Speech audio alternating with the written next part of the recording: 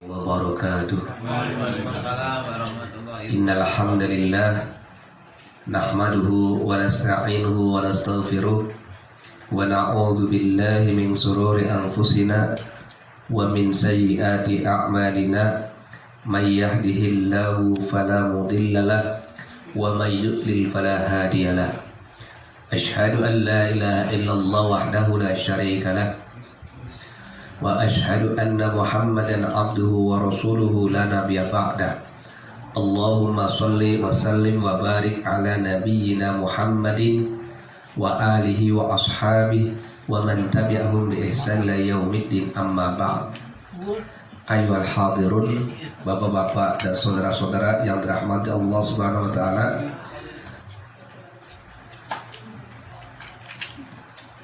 Alhamdulillah kita bisa bermuajah kembali dalam kajian ini. Mudah-mudahan langkah kaki kita dicatat oleh Allah Subhanahu wa taala sebagai amal kebaikan yang diterima Allah Subhanahu wa taala. Hadirin, setelah kita menjalankan ibadah puasa di bulan Ramadan, memasuki bulan Syawal, para ulama menyampaikan makna daripada Syawal artinya meningkat. Akan tetapi kalau kita lihat masyarakat muslim, yang terjadi bukanlah peningkatan. Terbukti dari beberapa tempat-tempat ibadah seperti masjid dan musola kembali sepi seperti sebelum Ramadan. Jadi ada yang sampai mengatakan ketika masuki bulan Ramadan ramai, ketika ditinggal bulan Ramadan kembali sepi, dan disebut sebagai pengabdi Ramadan, bukan pengabdi Allah, bukan hamba Allah, tapi hamba Ramadan. Dan tentu ini sangat disayangkan. Hadirun yang dirahmati Allah Subhanahu wa taala, saya mau menyampaikan tentang hal yang berkenaan dengan sholat, tapi bukan tata caranya. Akan tetapi apa yang Al-Quran dan Sunnah Nabi katakan tentang sholat. Ini baru sebagian kecil yang kalau kita kupas sangat luas. Banyak orang itu merasa malas ketika melakukan sholat, merasa bosan dan sebagainya.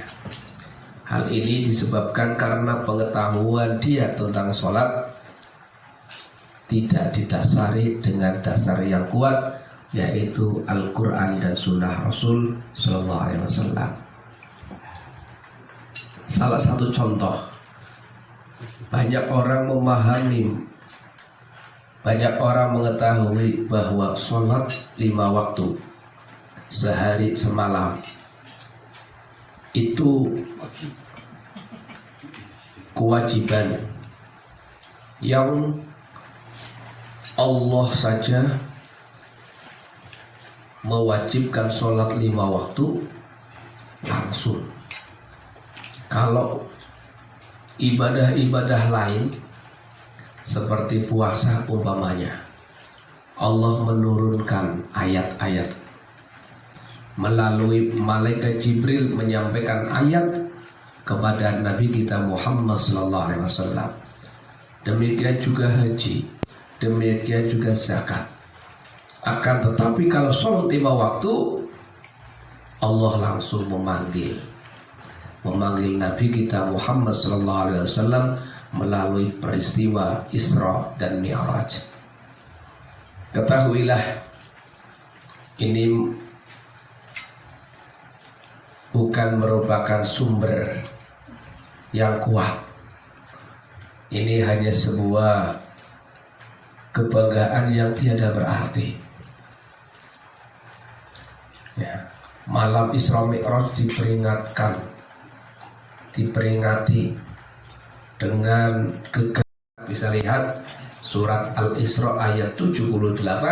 Di situ Allah Subhanahu wa taala perintah, aqimis sholata liduluki samsi ila ghasaqil laili wa qur'anal fajri.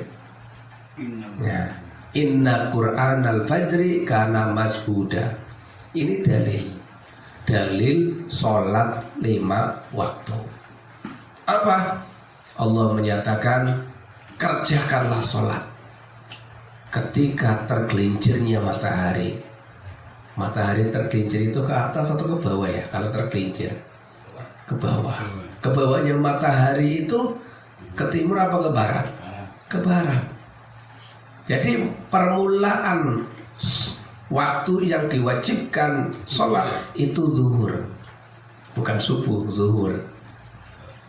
Ya. Nabi menjelaskan tergelincirnya matahari itu ada yang disebut dengan sholat zuhur, ada yang disebut dengan sholat asar. Ila ghasaqil laili, sampai dengan gelapnya malam.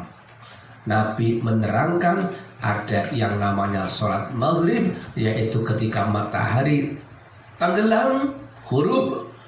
Ya, ada yang namanya sholat isya, yaitu apa? Ketika cahaya matahari sewaktu tenggelam itu sama sekali tidak kelihatan, gelap. Yang mungkin ada hanya bintang gemintang ataupun cahaya bulan kalau memang ada.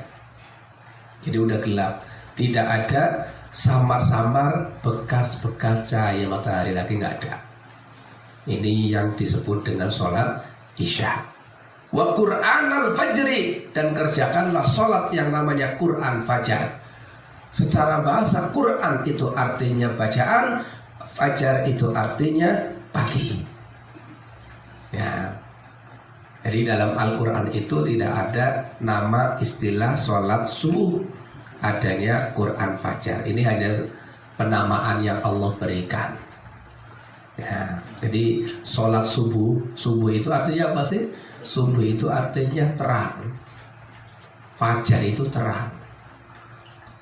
Ya, subuh kita kenal dalam bahasa Arab ada kata misbah.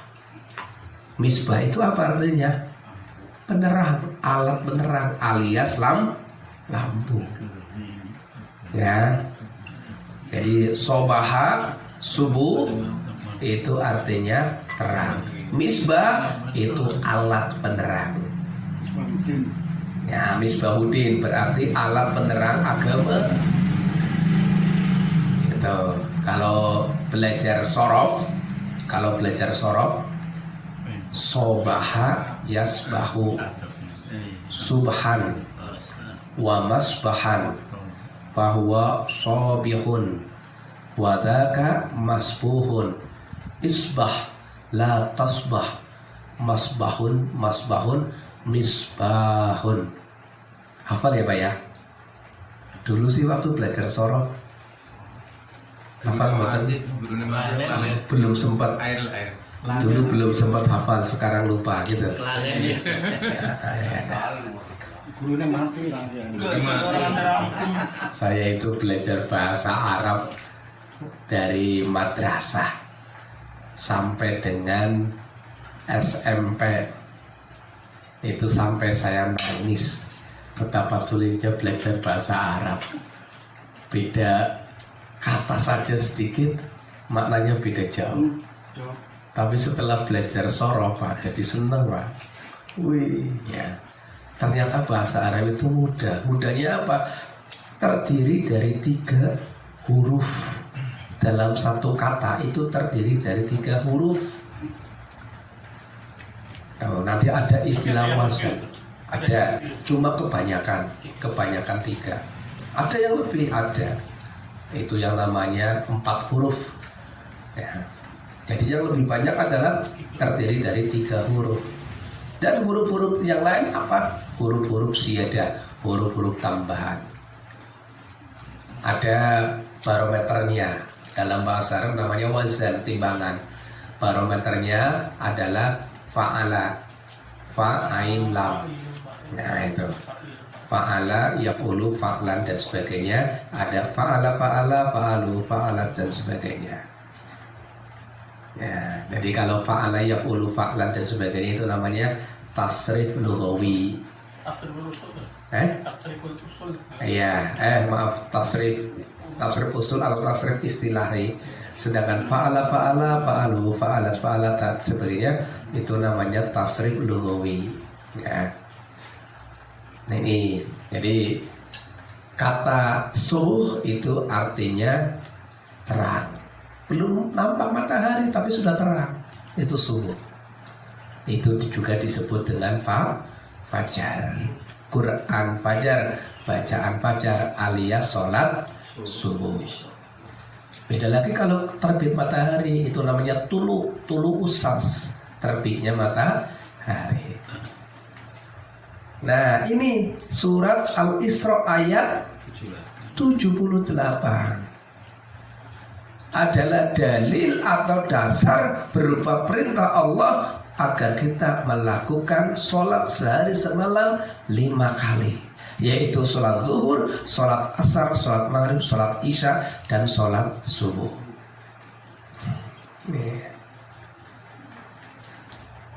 Baik, sekarang manfaatnya apa? Ya, manfaat daripada sholat itu apa, Pak? Ini yang banyak orang tidak mengetahui. Jadi banyak orang Islam mengerjakan sholat itu karena terbebani. Nggak enak ya, jadi orang Islam harus melakukan sholat. Jadi digembar-gemborkan sholat wajib. Terjadilah apa? Pressure, tekanan tertekan karena melakukan sholat. Padahal Allah Subhanahu wa taala, Masya Allah, kalau kita lihat di dalam Al-Quran, Allah itu memberitahu tujuan Allah memerintahkan sholat itu apa? Terus. Oh ya, biarin aja Bang. Ya. Nanti saya akan melihat ayat kurang jelas ya, karena kacamata saya tertinggal. Biasa. Biarin aja. Jadi di dalam Al-Quran Allah menjelaskan, dan itu tersurat. Artinya apa? Kita nggak perlu memahaminya. Nah, ini tersurat, bukan tersirat, tersurat jelas. Manfaat daripada sholat yang Allah sampaikan, yang Allah perintahkan kepada Nabiullah Musa alaihissalam. Lihat panjenengan surat Toha, surat yang ke-20, ayatnya ayat 14. Allah menyatakan, innani anallah la ilaha illa ana fa'budni wa aqimis sholata li dzikri.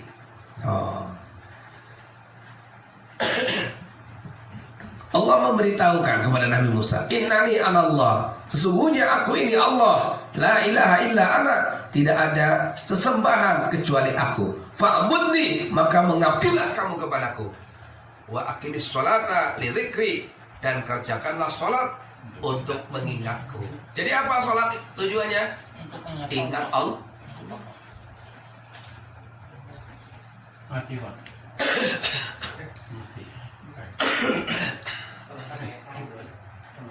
Ya, saya minum sambil minum ya.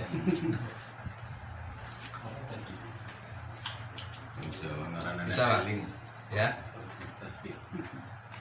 Baik. Sudah? Kemudian kalau ingat Allah, apa hasilnya? Apa hasil daripada mengingat Allah? Allah menyatakan, lihat di dalam Al-Quran surat Ar-Ra'd, surat yang ke-13, ayatnya 28. Allah menyatakan, alladzina amanu wa tatma'innu qulubuhum bidzikrillah. Ala bidzikrillahi tatma'innul qulub. Ya. Orang-orang yang beriman, yaitu orang-orang yang beriman dan hati mereka itu tentram dengan mengingat Allah. Ingatlah dengan mengingat Allah, artinya sholat. Ya, dengan sholat maka hati menjadi tentram. Ini, wah, ya. Jadi kalau orang Islam memahami sholat itu untuk apa? Untuk menenteramkan hati, pasti orang itu tidak akan merasakan terbebani melakukan sholat. Justru sholat itu merupakan satu kebutuhan. Ya. Nanti akan saya bandingkan bagaimana Allah membandingkan orang yang tidak ingat Allah, yaitu orang yang melalaikan Allah. Nih. Di dalam sebuah hadis Rasulullah SAW menyampaikan, ya, dalam sebuah hadis Rasulullah SAW menyampaikan, ini mungkin banyak yang sudah pernah dengar, ada tercantum di dalam kitab Arba'in An-Nawawi. Saya lupa hadisnya yang keberapa, cukup panjang, dimulai dari innal halala bayyinun wal haram bayyinun wa ma bainahuma mustabihat. Ya, sesungguhnya yang halal itu jelas dan yang haram itu jelas, dan di antara yang halal dan haram itu ada yang subhat dan kebanyakan orang nggak tahu. Nah, di akhir hadis tersebut Rasulullah SAW menyampaikan, ala inna fil jasad mudghah. Ketahuilah bahwa di dalam jasad ada sekerat daging. Idza saluhat saluha jasadu kullu wa idza fasadat fasada jasadu kullu. Ketika sekerat daging itu baik, maka baiklah seluruh jasad, dan ketika sekerat daging itu jelek, buruk, maka buruklah, rusaklah seluruh jasad. Ala hiyal qalbu, ingatlah itu adalah hati. Jadi kalau hatinya itu baik, pengen baik, ya itu jalannya apa? Dengan mengingat Allah. Bagaimana mengingat Allah? Eling kepada Allah gimana? Bukan eling seperti orang kebatinan. Ya kan, orang kebatinan eling. Hanya apa? Lisannya saja mengucapkan eling. Buktikan. Bagaimana cara agar kita eling kepada Allah? Yaitu dengan melakukan sholat. Karena sholat itu, Pak, sebagaimana di dalam surat Al-Baqarah ayat 46 tentang orang khusyuk. Orang khusyuk itu adalah alladzina yadhunnuna annahum mulaqu rabbihim wa annahum ilaihi raji'un. Orang yang khusyuk ini orang yang tidak merasa berat melakukan sholat, ya. Karena ayat sebelumnya, Pak, ayat yang ke-45 surat Al-Baqarah, Allah menyatakan wasta'inu bis-sabri was-shalah, dan minta tolonglah kamu kepadaku, kata Allah, dengan cara sabar dan sholat. Wa innaha lakabiratun illa 'alal khashi'in. Ya, sesungguhnya sholat itu berat kecuali bagi orang-orang yang khusyuk. Siapa orang yang khusyuk? Orang yang khusyuk ternyata gampang, Pak. Orang yang khusyuk adalah orang alladzina yadhunnuna annahum mulaqu rabbihim, yaitu orang-orang yang yakin bahwa ketika dia sholat dia itu sedang liqa. Tahu liqa? Sedang berjumpa, sedang bertemu dengan Rabb-nya. Komunikasi. Ya, makanya dalam sholat, bacaan sholat, kalau yang tahu memahami, itu adalah komunikasi dengan Allah, wadul dengan Allah. Dari takbir Allahu Akbar, baca Allahumma ba'id baini wa baina khataayaya kama ba'adta bainal masyriqi wal maghrib. Ya Allah, jauhkanlah antara aku dan antara kesalahanku, ya, sebagaimana Engkau telah menjauhkan antara timur dan barat. Menggunakannya apa? Kata ganti orang kedua. Ya. Ketika sujud, ketika ruku, kita membaca subhanaka Allahumma wa bihamdika Allahumma firli. Maha suci Engkau, dan dengan memujimu aku mohon ampun. Nah, ini menggunakan kata ganti orang kedua. Engkau, kenapa? Karena orang yang sedang sholat, dia itu sedang liqa, dia itu sedang berjumpa dengan Rabb-nya, dengan penciptanya. Orang yang memahami semacam ini, itu akan membuat apa? Hatinya menjadi tentram, Pak, selesai sholat. Walaupun kadar ketentramannya beda-beda, tergantung kadar kehusuan, kadar dia menghayati tidak dia berjumpa dengan Rabb-nya. Wa annahu ilaihi rajiun, dan dia itu yakin, mereka itu yakin dia akan kembali kepada Allah. Hanya saja kalau di dalam terjemahan Anda pasti akan melihat kata annahum mulaku rabbihim, itu artinya apa? Mereka akan, ya, kata-katanya akan menjumpai Rabb-nya. Saya tegaskan, pemahamannya enggak seperti itu, salah. Saya menggunakan dalil apa? Dengan saya berargumentasi dengan ilmu nahwu saja, ya, dengan ilmu sorof saja, gampang.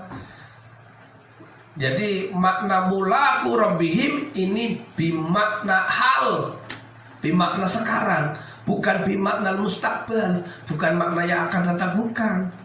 Orang ketika sholat itu sedang, bukan akan.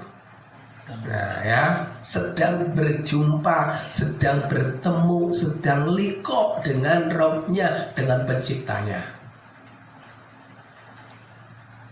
Nah ini, ya. Kembali lagi. Jadi Allah Subhanahu wa ta'ala memerintahkan kita, orang muslim, orang yang beriman, orang yang percaya dengannya, agar melakukan sholat sebagai bentuk apa? Sebagai bentuk hubungan, perjumpaan antara seorang hamba dengan Rabb-nya. Ditambah lagi Rasulullah menyatakan sedekat-dekatnya seorang hamba dengan Rabb-nya adalah ketika dia dalam keadaan sujud. Ya, sujud, ya. Maka perbanyaklah meminta pada Allah. Nah ini. Baik, ya, jadi itulah apa namanya, orang yang melakukan sholat tujuannya atau manfaatnya adalah agar dia itu ingat Allah, hasil daripada ingat Allah hatinya menjadi tentram. Itu. Kalau hatinya tentram, hidupnya akan teratur, hidupnya akan terarah, hidupnya cerah, indah menghadapi kehidupan, menghadapi persoalan dengan hati yang tentram, dengan hati yang tenang. Sekarang sebaliknya, orang yang tidak sholat, orang muslim, dia ngaku Islam, dia ngaku iman dengan Allah, dia ngaku syahadat, asyhadu an la ilaha illallah, aku bersaksi bahwa tidak ada ilah, tidak ada sesembahan selain Allah. Tapi ketika ada suara azan, dia tidak terdetik pun dalam hatinya untuk apa? Untuk melakukan sholat. Maka apa? Ini yang dikatakan oleh Allah sebagai orang yang melalaikan Allah. Apa hasilnya ketika orang itu melalai pada Allah, melupakan Allah? Gampang. Lihat di dalam Al-Quran surat Al-Hasr ayat 19. Di dalam surat Al-Hasr ayat 19 Allah melarang. Allah melarang ini larangan Allah. Apa? Wala takunu kalladzina nasullaha fa'ansahum anfusahum. Dan janganlah kalian seperti orang-orang yang lupa Allah. Apa hasilnya? Allah akan membalas dengan melupakannya pada dirinya sendiri. Fa'ansahum anfusahum, atau bahasa mudanya, Allah akan membuat dia lupa pada dirinya sendiri. Jadi lupa Allah, hasilnya adalah Allah akan membuat dia itu lupa pada dirinya sendiri. Hidupnya kacau balau, hidupnya tidak teratur, hidupnya resah gelisah, hatinya tidak tentram.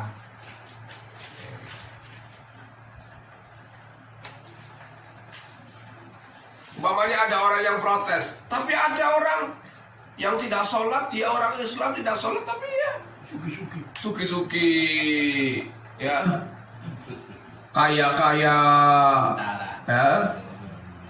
Dan dia tenang-tenang saja Pak hatinya Pak. Oh iya.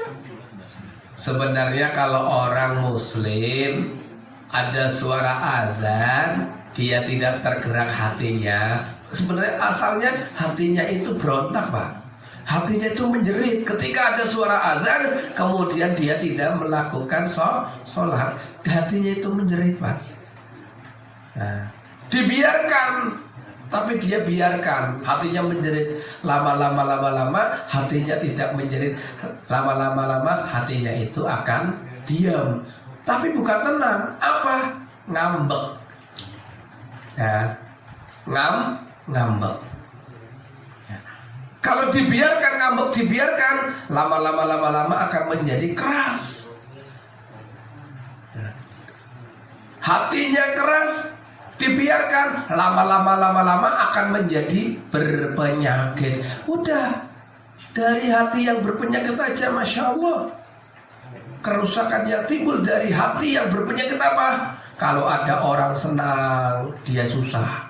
Kalau dia melihat orang lain susah, dia senang. Itu salah satu ciri penyakit.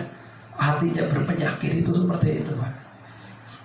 Wah, dia jabatannya baru kelas rendah, saya kelas tinggi. Masa dia punya rumah, saya enggak. Akhirnya dia melakukan berbagai macam tipu daya. Bisa dengan korupsi, bisa dengan cara-cara yang pokoknya dia itu tidak mau kalah. Karena apa? Iri dengki. Ini ciri orang yang hatinya berpenyakit. Dia akan panas kalau ada orang lain sukses. Dia akan panas kalau ada orang lain itu bahagia.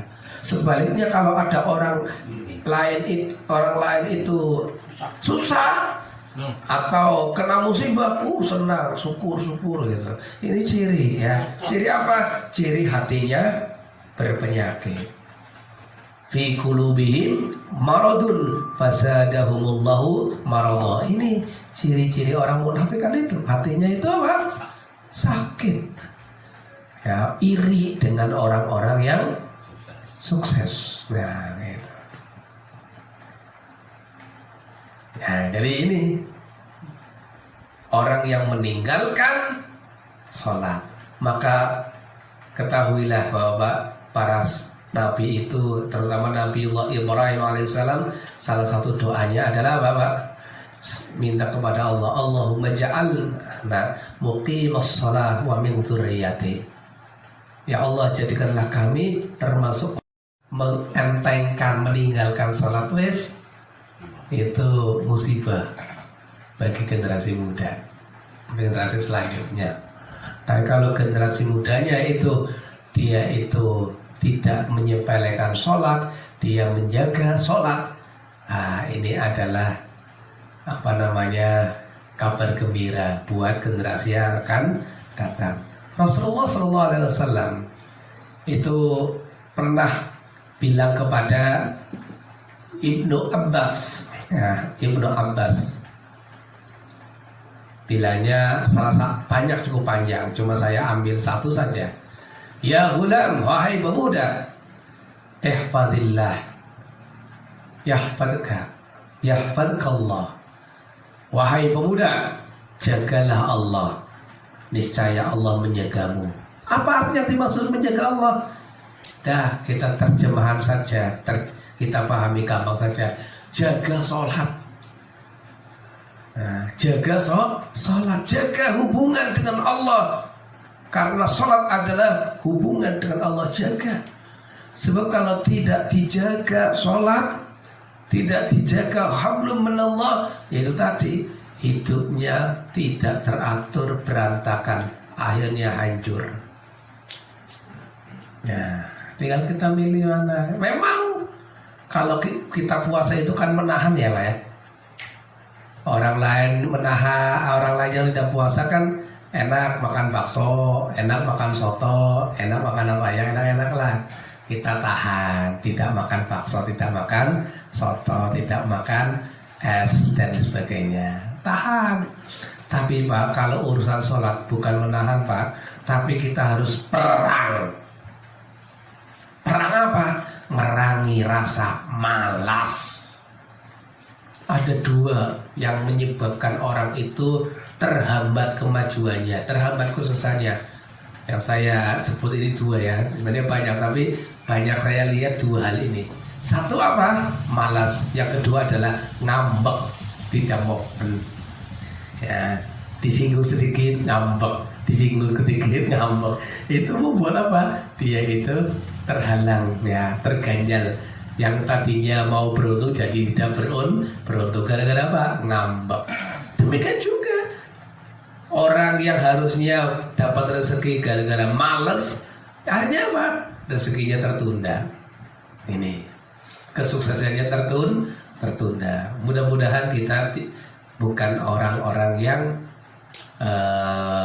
dikalahkan oleh rasa malas. Mudah-mudahan kita dikasih taufik dan hidayah oleh Allah untuk bisa mengalahkan yang rasa yang namanya malas ini. Karena boleh dikatakan tekanan terberat ya, musuh terberat belakang sholat adalah rasa malas. Kalau rasa malasnya itu nggak ada, semangat timbulnya wah untung gitu ya, untung. Tapi kalau sudah terkena rasa malas, bosan, jenuh belakang sholat, ingat kita hidupnya mau teratur atau mau kacau balau, pilih. Kalau kita kalah dengan rasa malas, kita biarkan rasa malas kita menang atas diri kita, hancur hidup kita, tidak teratur. Tapi kalau kita bisa mengalahkan rasa malas, Allah akan mudahkan hidup kita. Terakhir Bapak yang dirahmati Allah Subhanahu wa taala, saya mau menyampaikan surat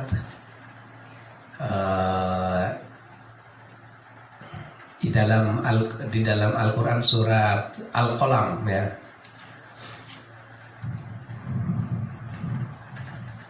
Panjenengan bisa lihat di dalam surat Al-Qalam. Surat Al-Qalam itu setelah surat Al-Mulk ya. Di situ Allah Subhanahu wa taala ya. Ya.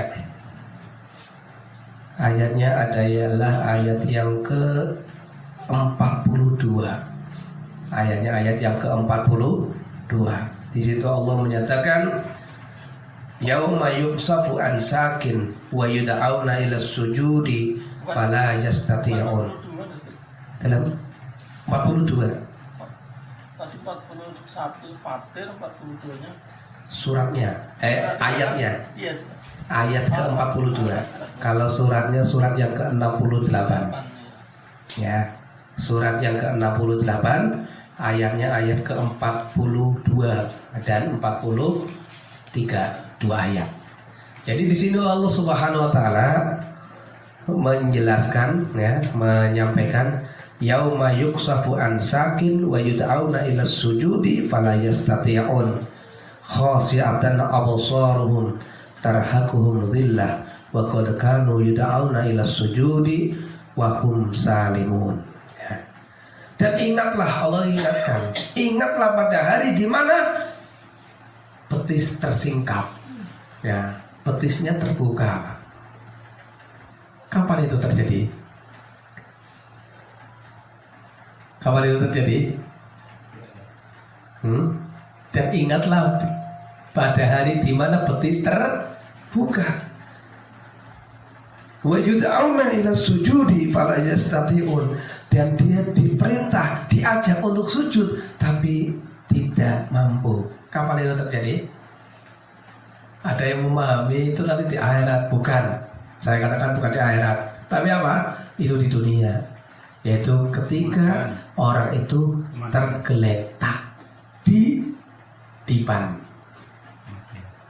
Ya, enggak mati, belum mati Pak, belum meninggal, belum, masih tergeletak di atas dipan. Biasanya orang yang sakit tergeletak di atas dipan itu tidak dikasih pakaian, apalagi celana, gimana? Dilepas, hanya ditutupi sarung ataupun kain ataupun tapi. Dan kalau diselimuti tapi seperti itu, kena angin terbuka auratnya, bisa menutup kembali, nggak bisa. Nah, terdengar suara azan, hatinya terdetik pengen sholat, tapi sayang tidak bisa. Nah, Allah menyatakan khasyiatan absaruhum tarhaquhum dhillah, pandangannya tertunduk diliputi dengan kehinaan. Wa qad kanu yud'auna ila sujudi wa hum salimun, padahal dulu waktu masih sehat, masih kuat, disuruh untuk sujud tidak mau. Ya, yang lebih berbahaya lagi, na'udzubillah min dzalik, ya, ada orang tidak pernah masuk masjid, tidak mau masuk musola, begitu masuk masjid, masuk musola, tempatnya paling depan, ngarep imam. Nah ini kan paling, mudah-mudahan tidak seperti itu ya, kita amin ya rabbal alamin. Itu saja, kurang lebihnya mohon maaf.